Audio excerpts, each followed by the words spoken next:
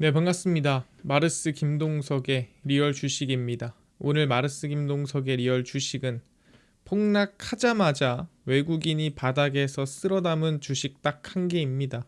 최근에 좀 밀리는 모습에서 외국인들이 정말 많이 쓸어 담고 있는 기업이 있습니다.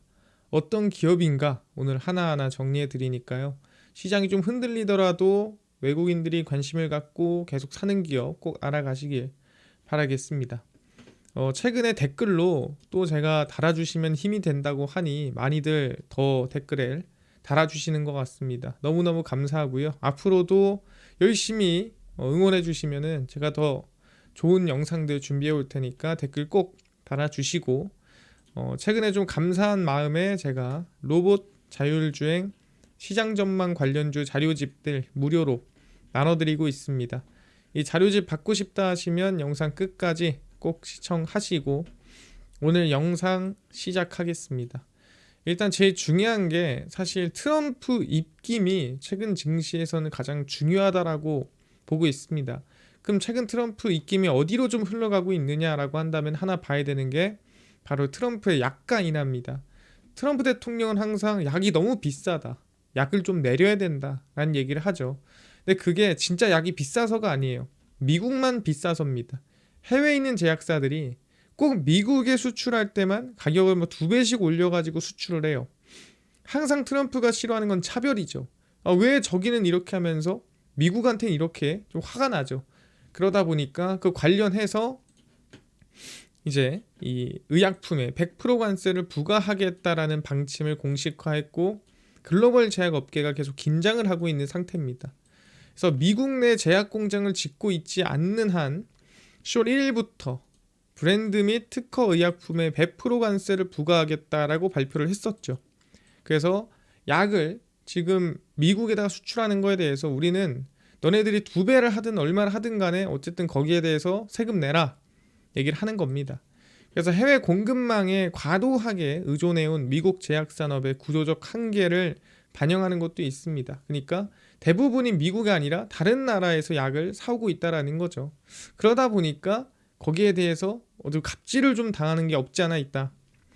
전 세계 원료 의약품 생산 점유율 중국이 약 40%를 차지하고 있고, 그 다음에 이제 세계 약국으로 불리는 인도도 중국에서 수입을 합니다. 그래서 원료 의약품에 대한 부분도 중국이다 보니까 사실 비싸게 파는 게 조금 더 화가 나거나 뭐 기분이 안 좋을 수 있는 거죠.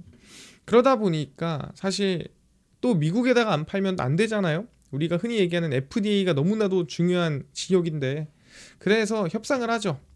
그래서 화이자는 미국 정부와 협상 끝에 3년간 관세 유예를 확보했고요. 그래서 미국 내 생산할게. 그래, 그걸 원하지 않냐?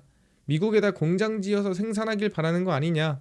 그래서 한 100조 정도 투자를 해서 생산 공장 세우고, 그리고 정부가 추진하는 트럼프 RX에 참여하겠다라고 얘기를 했습니다. 그게 뭐냐면 2026년 출시 예정인 미국 정부 운영 의약품 직구 사이트입니다. 그래서 환자가 제조사로부터 직접 의약품을 구매할 수 있는 구조예요. 아니, 이런 구조가 왜 필요하죠? 사실 뜬금없죠. 우리는 보통 처방전을 받으면 어디로 가요? 약국에 가죠. 약국에 가서 약 주세요 하면은 약 받아오면 그만이잖아요.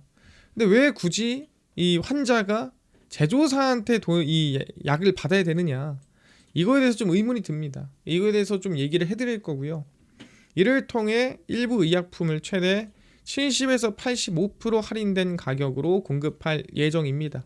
그래서 여기 참여하십시오라고 하는 거죠. 여기서 중요한 거, 트럼프 약가 인하를 하는데 관세를 부과하는 거 오케이. 근데 왜 직구를 시키냐? 이게 상당히 의문이죠. 직구 하나 뭐 가져오나 분명히 뭐 차이가 10% 20%는 차이 날 수는 있겠지만 어떻게 70% 80%가 차이가 나지? 라는 생각이 드는 거예요.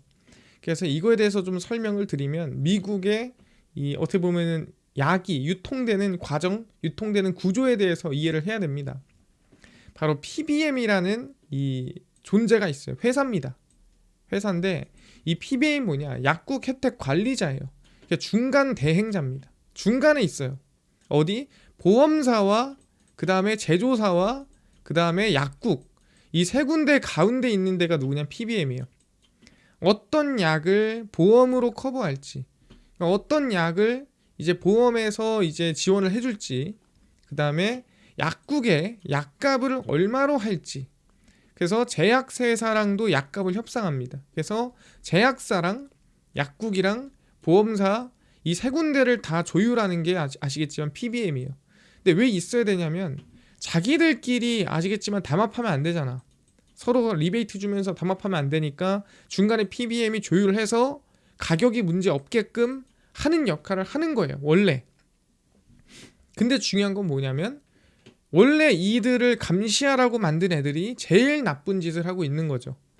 미국의 약의 정가는, 그러니까 정가라는 거는 원래 뭐 100원 정도 하는데 여기에 제약사의 원래 약값에 플러스 보험사 환급액에 플러스 PBM 수수료로 이루어집니다.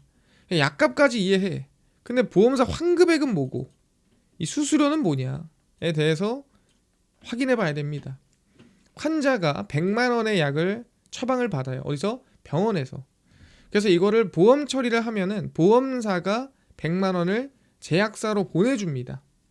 그럼 제약사는 자기네 약값을 50만 원을 빼요. 그리고 그 50만 원을 PBM한테 돌려주고 PBM은 수수료 10만 원을 제외하고 나머지 40만 원은 다시 보험사 리베이트로 쏴버립니다. 그게 뭔 소리냐라고 한다면 원래 100만 원인데 이 100만 원 안에는 애초에 이 약값 안에 보험사한테 돌려줄 돈, 그러니까 보험사가 다시 받아갈 돈이 포함되어 있는 거예요.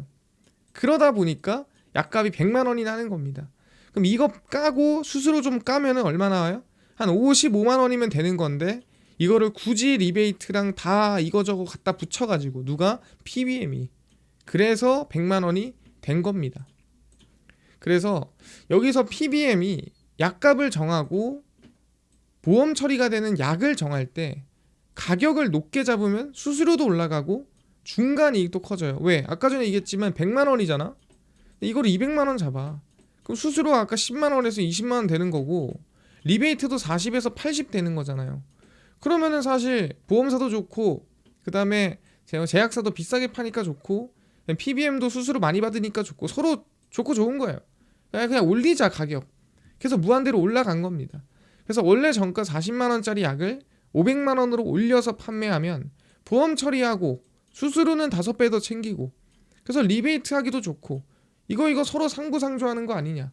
야 가격 올려버려 해서 미국만 유독 가격이 미친 듯이 올라서 약값이 비싸졌다라는 거죠. 그래서 이렇게 PBM의 수익 구조가 말도 안 되게 커지면서 미국의 약값이 말도 안 되게 치솟았습니다.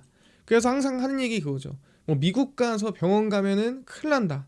미국 가서 병원 가면은 뭐 몇백만 원, 몇천만 원 깨진다. 물론 보험 문제도 있지만 약값 자체가 너무 비싸요. 그 이유가 다른 이유가 아닙니다. 뭐 약이 만들기 어려워서 그게 아니라 중간에 이 PBM이란 존재가 끼다 보니까 약값이 미친 듯이 치솟았다라고 보시면 되는데 이걸 보고 트럼프는 마음에 안 들었던 거죠. 그래서 아까 전에 뭐가 나온 겁니까? 그래서 나온 게 다른 데 거치지 말고 제조사로부터 직접 의약품을 구매하면은 사실 뭐다? 문제가 없다. 그러면 거품이 끼지도 않고 거품이 빠진 상태로 저렴하게 살 수 있는 거죠. 그래서 지금 직구로 만들자라고 하는 거고 그래서 75에서 뭐 85% 정도 정말 저렴하게 구입할 수가 있는 거죠. 아 이제 이해가 됐습니다. 뭐 10% 20%도 아니고 70% 80%싼 이유가 다 PBM 때문이다라고 보시면 될 것 같아요. 이해가 됐어요. 그럼 여기서 중요한 거 이렇게 이 PBM의 이익 구조가 개편이 되고 이익이 빠지면 누가 이득 보겠습니까? 사실 약국의 단가 경쟁력이 살아납니다.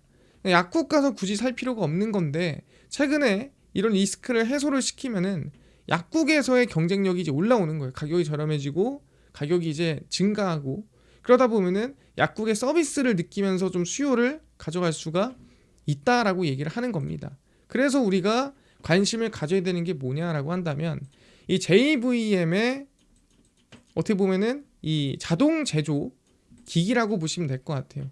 이 수출치를 우리가 확인해 볼 필요가 있다라는 거예요. 이걸 왜 하냐? JVM이 이 약국에 가면 약을 조제를 하잖아요. 근데 그 약국에서 조제를 할 때 사람이 아니라 이걸 로봇이 해줍니다. 로봇이 약을 자동으로 조제해주고 포장해서 만들어주는 역할을 하는 게 그걸 만드는 회사가 JVM이에요. 근데 굳이 이걸 써야 되나? 라고 하는데 제가 한국이랑 제가 미국이랑 이 약국의 차이가 다르다 그랬습니다. 뭐냐면 한국은 말 그대로 정말 약을 조제해서 주는 게 전부예요. 한국은 그게 끝이죠. 근데 미국은 서비스가 포함되어 있습니다. 약국이라는 곳은 사실 거의 병원을 가기 전에 거의 병원에 준하는 수준의 서비스를 받는 곳이라고 생각하는 곳이 약국이에요. 미국에서. 왜냐하면 거기서는 백신도 놔줍니다. 그러니까 우리는 지금 약국에서 백신 주사 못 놔주잖아요. 근데 미국은 놔줘요. 주사도 놔주고 처방도 해주고 얘기도 해주고 실제 지금 상태가 어떤지도 봐주고 그렇게 해서 약을 제공해주고 그런 곳이 미국입니다. 그래서 한번 설문조사를 해봤습니다. 혹시나 미국에서 당신이 가는 약국이 대면이 안 된다. 만날 수가 없어. 그럼 어떻게 할래요? 하면 대부분은 난 바꾸겠다 하시는 분들이 많아요. 그래서 미국의 약국은 비대면 발송이나 비대면 배송이나 이런 게 별로 중요하지 않습니다. 사실상 대면에서 서비스를 받는 품질을 너무나도 중요하게 봐요. 그러려면 어떻게 해야 돼? 약을 만드는 과정에서 누구 한 명은 뒤로 가서 약을 만들고 있고 누구 한 명은 앞에서 서비스를 봐줘야겠죠. 근데 실제로 그게 가능합니까? 대형 약국도 아니고 힘들죠. 돈 없죠. 그래서 뭐가 로봇한테 시키는 거예요. 야, 너가 조제해라. 난 지금 서비스 해야 되니까 너 탁탁탁 조제해서 탁탁탁 만들어서 검수도 네가 하고 검수해가지고 깔끔하게 약 만들어졌어. 그럼 그거 쓰고 그 다음에 포장해서 가지고 와 하는 거죠. 그동안에 이 사장인 나는 약사로서의 서비스를 제공하는 겁니다. 그래서 수출치를 보면은 이게 나오긴 했어요. 근데 이게 100% 무조건 맞다라고 볼 수는 없습니다. 그래서 대구 달서구에서 이 JVM이 이 조제 자동 로봇을 만든 수출치입니다. 그래서 올해 보시면은 나쁘지 않았어요. 1, 2, 3, 1분기, 2분기, 3, 1분기 나쁘지 않았고요. 4, 5, 6 상당히 긍정적이었죠. 근데 이제 여기서 중요한 게 뭐냐면 7일까지 나쁘지 않 8월에 살짝 꺾였어요. 그래서 이거 좀 위험한데 라고 생각했는데 9월에 다시 올라왔죠. 그래서 이거 보면서 충분히 지금 구간 거의 언제쯤 한 2분기에서 3분기로 넘어가는 게 실적이 나쁘지 않겠다. 충분히 이어질 수 있겠구나. 갑자기 수출이 꺾이면 좀 위험하거든요. 근데 이 관세 리스크라든가 이런 거 제외하고 일단은 수출이 계속 이어지고 있구나. 살짝 꺾이나 했는데 다시 9월에 치고 올라오는 걸 우리가 확인할 수가 있었습니다. 그러다 보니까 JVM 3분기 실적도 나쁘지 않겠구나. 3분기 실적도 우리가 긍정적으로 볼 수 있겠구나라는 생각이 든다라는 거예요. 여기까지 확인했습니다. 그래서 이건 제가 실제로 수출 확정치를 가지고 온 겁니다. 그래서 JVM 같은 경우에는 보시면은 한미그룹, 정확히 말하면은 이 한미사이언스가 대주주라고 보시면 될 것 같아요. 그래서 한미약품그룹의 계열사고요. 한미약품그룹 지주사인 한미사이언스가 주식 수합 방식으로 경영권을 인수했습니다. 그래서 해외를 데리고 다니면서 소개해주고 수출을 시키고 있어요. 그래서 JVM 유럽 BV는 네덜란드에 위치한 유럽법인으로 독일, 스페인, 영국 등에서 판매 자회사를 두고 있고요. 유럽 대형 조제 공장형 약국 등에서 도입되고 있는 매니스의 지역 확장 및 보급률 확대가 늘어나고 있고요. 매니스는 차세대 제품으로 관절 협동 로봇 팔이 캐니스터를 자동으로 교환해가면서 작업하고 기존 제품 대비 2배 이상 빠릅니다. 그러니까 로봇 팔이 알아서 그냥 약 넣었다 뺐다 하면서 자동으로 조제 탁탁탁 나오고 약 다 썼어. 그럼 또 그거 넣었다 뺐다 하고 그 로봇이 다 합니다. 보통은 이제 우리가 커피 머신처럼 커피가 다 떨어지면 채워줘야 되잖아요. 채우는 것도 로봇이 알아서 합니다. 그래서 나는 뭐예요? 서비스만 하면 되고 나온 거 설명해주고 주기만 하면 되는 그런 상황인 거죠. 그래서 약국에서 이제 약사의 역할이 정말 강해지고 있는, 아마 한국도 바뀔 거예요. 약사의 역할이 점점 아마 강해질 가능성이 높다라고 생각을 합니다. 그래서 JVM 로봇이 뭐가 있냐? 주요 제품인 파우치형, 파우치라는 게 우리가 이 한국에서 많이 뜯어서 먹는 그 파우치를 얘기하죠. 조제 및 포장 장비인 ATDPS를 비롯해 북미 시장용 바이알 장비 카운트메이트. 이제 우리가 바이알이라는 게 뭐냐면 이제 플라스틱 통, 유리병에 들어가는 걸 우리는 이 바이알이라고 얘기를 하고요.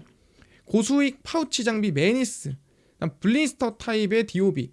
블리스터라는 건 또 플라스틱으로 이렇게 덮는 거, 저렇게 말하면 이렇게 누르는 거 얘기를 하는 거고요.